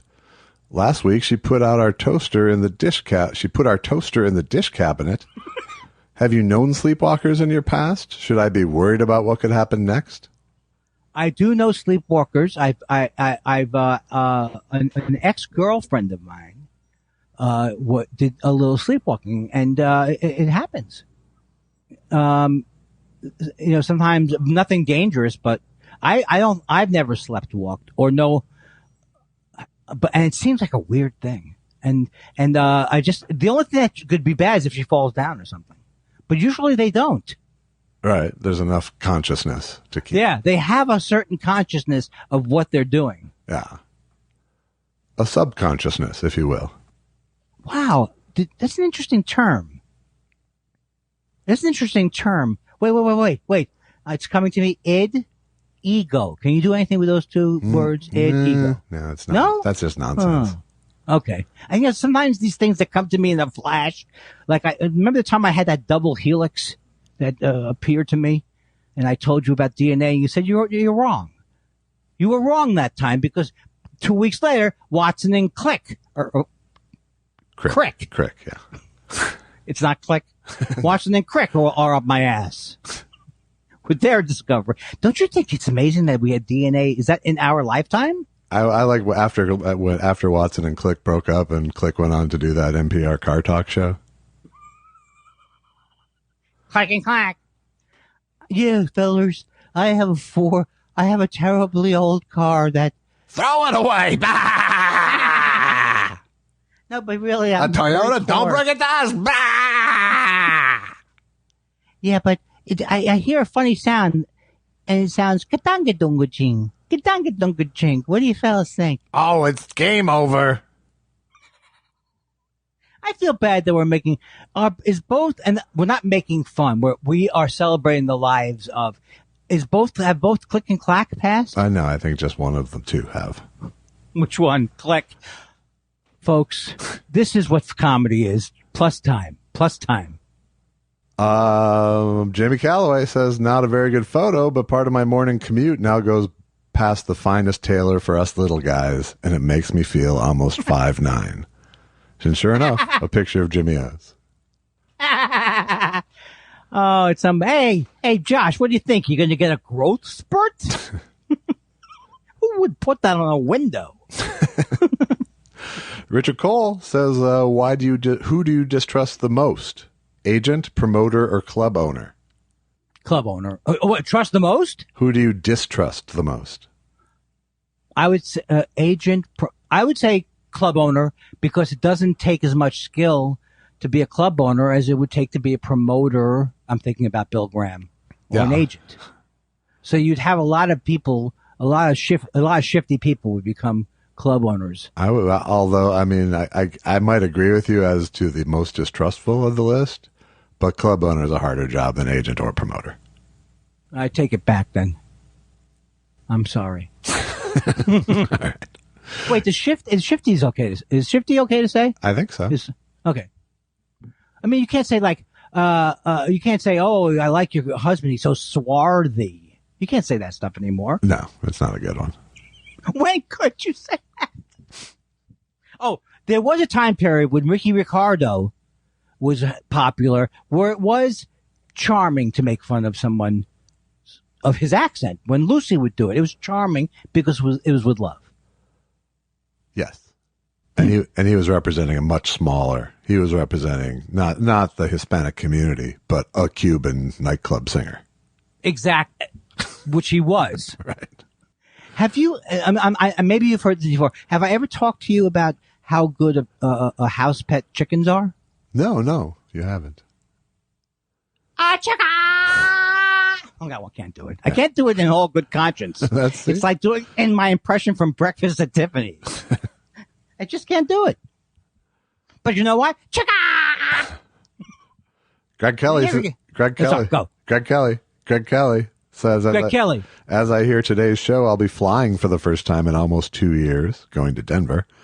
I know you two have been grounded, but does James Mason have any suggestions for the new normal of flying?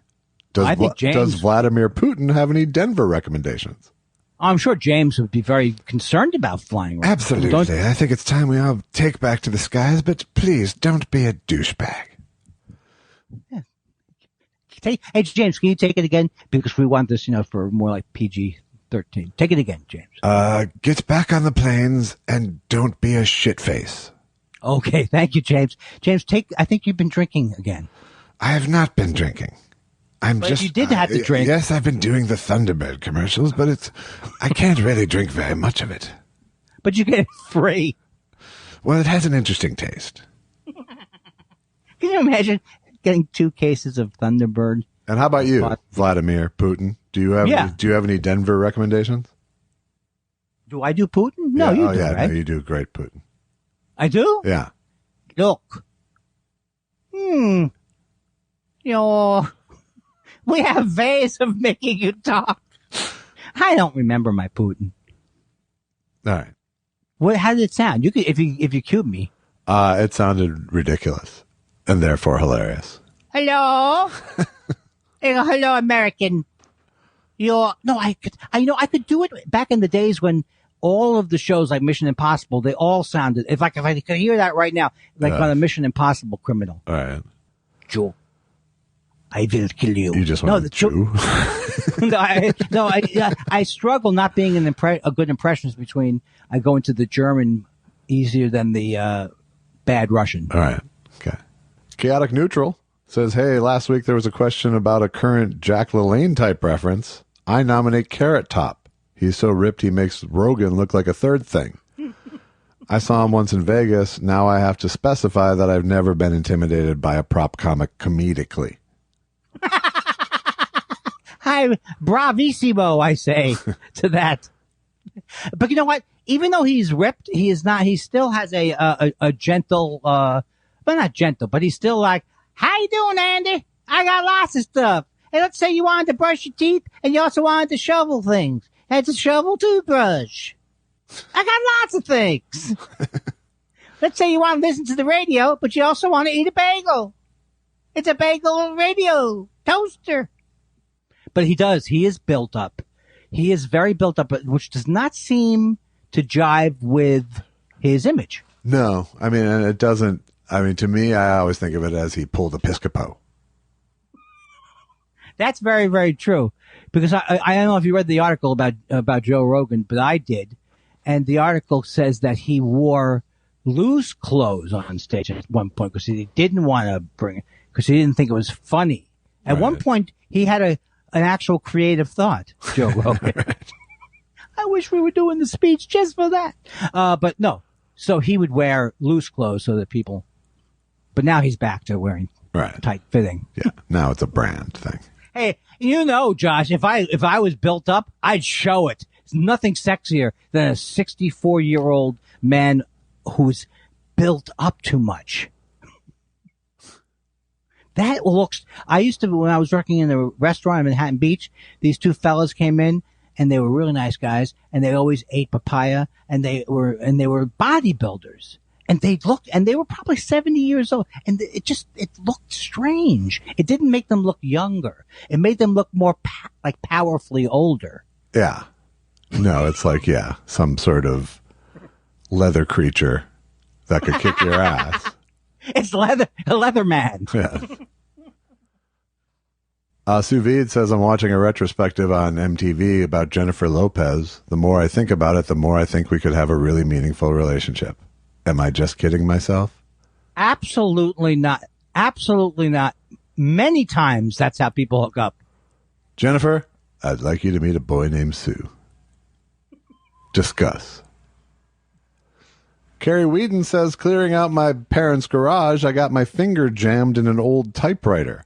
I called out help like I was in an episode of Lassie. No one came and I rescued myself. Have you ever called for help and did it work? I have honestly never called for help. See, I think of you as calling for help at least twice a week. No. They don't mean because of mental illness damage. Yeah. I was just thinking, like, can't find my keys. No, yeah, but I don't go, help. Yeah, maybe I do. Let me ask Susan. Okay, hold on a second. Hi. How's a funny show today. I just want to say, Josh, it's Susan. Hi, honey. I have to defend Susan right now. Why? Because this is uncool. Hi, honey. I just want to say you guys are funny. I don't know why Allison won't listen. You guys are so funny. You know what gave it away? Honey. Why? Honey. Hi, honey. Sweet stuff. No, she's from the South. Hey, honey bunch. You want some grits? My wife is Alice. And you know what? Last night she told me she doesn't live here anymore. There's a new girl in town, and she's feeling good. Richard Cole wants to know, do you wake and bake? I usually eat breakfast before I smoke weed, he says. My impulse is to wake and bake, but I try to avoid it. And so you don't know because I'm probably lying now. And anything that came out of my mouth now would make it seem like I haven't smoked in the morning, which I often do. And then I'm going to try and pass it off as like 3 days away. Yes, every day. I wait. I put it in my CPAP machine. Yeah, no, I mean, I have woken and baked, but it's like never. I don't think I've ever. Well, I probably have, but it would be pretty unusual for me to go for weed before coffee. And I would say it's 50-50 for me. Yeah. That's why I never get anything done. Hey, do you have those? Hey, Andy, have you finished that? No, what? What? I'm spaced out, man. Oh, yeah, Andy. You know what you should do? You should get more spaced out. Tom the Tom says, I really enjoy the shows where Andy dances with the devil being Josh's last nerve. Sorry, Josh. See, there's more evidence that I'm not There's more evidence that this week doesn't make me more pissed off at you than other weeks. No, there's more evidence that you fucking edit the show to your advantage. Even after lying through your teeth that you're editing to protect me. I don't believe you now. I'm going to listen to... Nah, I don't want to listen to all the shows. But I'll listen to a couple of shows. You think I'm keeping this in? I hope so. Well, I can't say to keep it in because there's so many things you have to take out. Here's a counterpoint to Tom the Tom. Stephen Elton Yates says, thank you for giving us a weekly glimpse into your sweet, unique, funny friendship. It puts a smile on my face to start each week. Yeah. See how good people respond to the show? Wait, who's the one who hates me and talks about my nerve? That's me. No, but who's the one that what's the name of the person who said that? So I can hold a grudge. Who, my friend who called you monstrous? No. You just read a letter from someone who says, how do you deal with it, with Andy? No, he said the devil being Josh's last nerve. That was Tom the Tom. Oh, okay, so that's it. Tom the Tom is dead to me. Dead to me. And you're going to have to change your name because you stole her from the Tom Club. And you're a bum. Bum says, Gomar Comer says, what do you, here's one that'll get me going. Open the floodgates of obsequiousness. What do you guys think of Phil Rosenthal? Andy must know him from Raymond, but has Josh ever worked with him? My wife and I have been watching his food tourism show, Somebody Feed Phil, as it suits our low-stakes pandemic viewing tendencies. If Phil's show came to either of your hometowns or adopted hometown, where would you take him? And if you were making Somebody Feed Josh and Andy, which cities would you want to visit in season 1? Thanks for all the laughs. I'll hang up and listen. Well, I I am friends with Phil, and he's taken me to a lot of great restaurants, including Jar and things like that he co-owns. But I was going to make fun of Phil, but sadly Phil's dad passed away last week. So I send my I'm going to call him, but I send my love out to him. And I don't know what kind of show. What kind of show would we make? I don't know if I'd be. You'd be good for. They aren't asking what kind of show you'd make. They're asking where you'd go. Me and you? Yeah. Didn't they say me and you? Well, where would we go? Yeah, if we were, what cities would we visit in season 1? Oh, Austin. I don't know. Seattle's good. I'm only naming places I've been. I go to Minneapolis because I like that place. Well, where would you? Oh, maybe something like a Memphis or something, right? I'd go back to Hong Kong. Oh, I thought it was in domestic. I would go. I might even go back to Singapore just because I feel like I because I was working, I wasn't eating. Mm-hmm. And would I be Skyped in when you're doing that? Because you're with me. No, I'm not going with you to Singapore or the other place. You totally. I'm Hong Kong. I'm going to get killed. I'm going to get killed in Hong Kong. Why they don't allow the protesters to talk? Shot, fall down, blood. But Andy, did you like The pork is still good, though. That's what I'm thinking. Well, you named 2 fantastic places. Oh, France. Sure. I would, yes. Sure. Paris. France is good. Or wherever is good in France. We should go to all of the places. Our show would be like if Stanley Tucci met Phil Rosenthal and they didn't get along. It would be like that. It actually would be quite a bit like that. Except for neither of us would want to be Stanley Tucci. I've enjoyed a couple of his episodes. I don't know. It irritated me on a level I can't quite. Because I think it's something with the way he holds his mouth, I think, as he's eating and pontificates. It's kind of like all the worst parts of Jeff Goldblum mixed in with all the worst parts of a pretentious actor in general. And then you put it in a big privileged bow. But also, there are a lot of scenes where he's reacting to people recognizing him. Yeah, there's there's too much of that. Yeah. Like once is too much. He speaks the language though, and so that's good. Yeah. And it's He knows about food. It's another sort of level of privilege. You know, it's like I have segment producers setting up these meetings with the best people. Italy on $100,000 a day. Yes. And I'm showing you experiences you will never have. By their almost definition, you will never have these experiences. No, because they're based on the fact that they know there's an American actor coming to town. Right. Famous actor. Okay, I can take it off the, not TiVo, but wherever I have it. We're almost done here. That's good news. You mean with the podcast because of the Joel Madison conversation? The whole thing. The whole thing is coming to a crashing end right now. Don't do it this week because it would be bad this week. If you want to, also if you do it nicely with a gift. Should we do it on the air or should we just not show up the next week? Here's the way we do it. Okay. We get a breakfast together. Okay. With your new partner. You don't tell me about this. With your new partner, okay.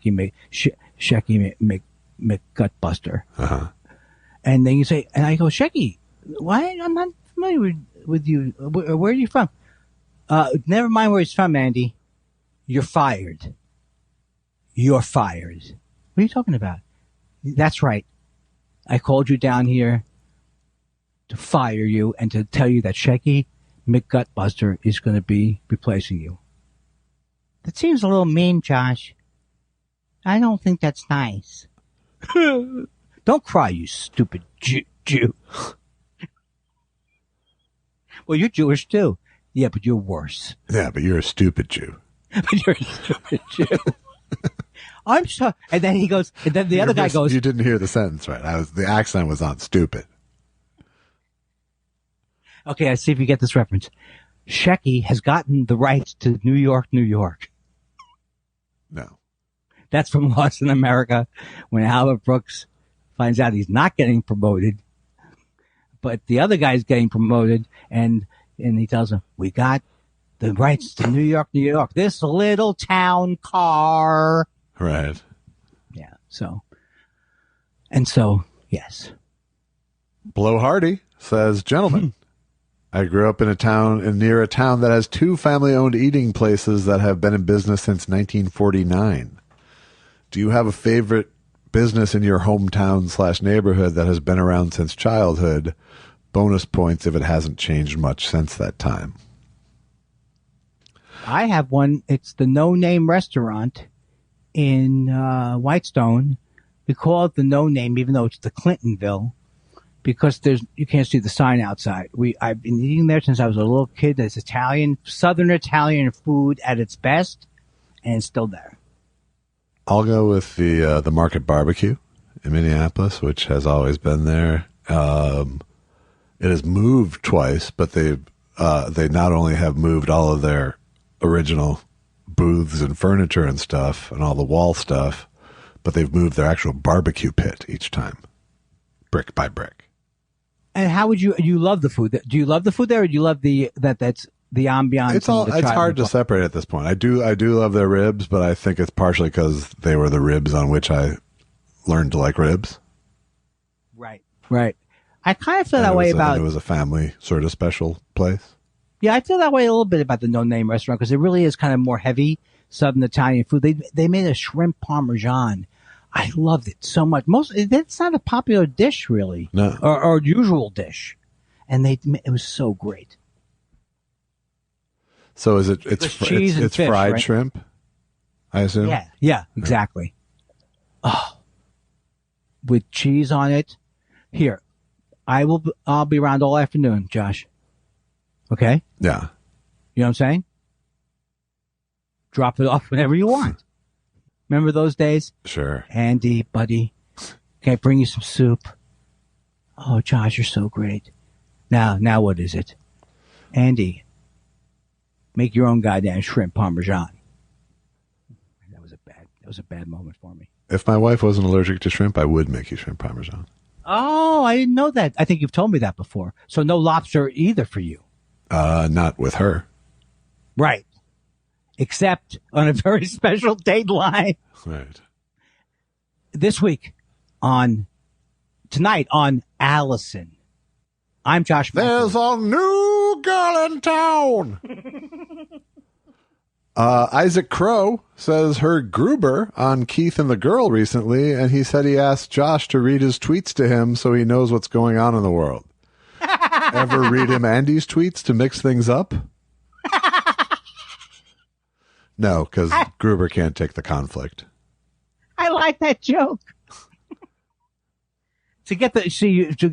I love that Gruber's promoting me even on other podcasts. I don't see. I guess because he can Zoom. I bet he does do more things now. Yeah, I don't know if he Zoomed or phoned, but. Or phoned. Yeah. Like maybe he used to. He phone. will text now, and obviously you've seen that he'll film things with his phone. Oh God! Holy moly, that was great. That's my favorite special effects I think I've ever seen. Cody the Sloth says, I finally watched I Need You to Kill. It was great. Thank you.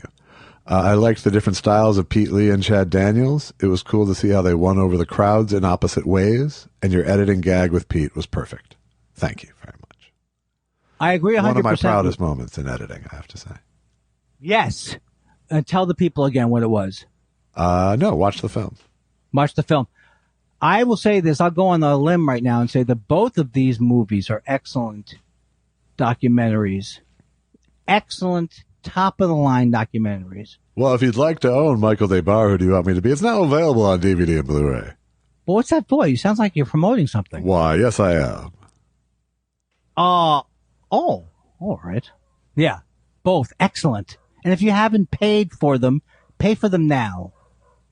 That's not a good pitch either. Yeah. What's wrong with the doggies today? I don't know. They're saying, finish the podcast. Is this time of day problematic? Because I love earlier. It's better for me because I'm more awake. I'm fine with it. It's just the dogs are a crapshoot. Yeah. It's really more about who's walking outside our house than what's going on in. Do you ever exactly? And there's less going on at night. But do you ever say, "What part of don't bark don't you get?" Right. That's what I would be as a owner. Yeah. Well, if you want to support this classic comedy on a weekly basis, go to buymeacoffee.com/thoughtspiral. I just wanted to say that thank you for giving me the opportunity this week. Time to pay a I have it. That's all I got.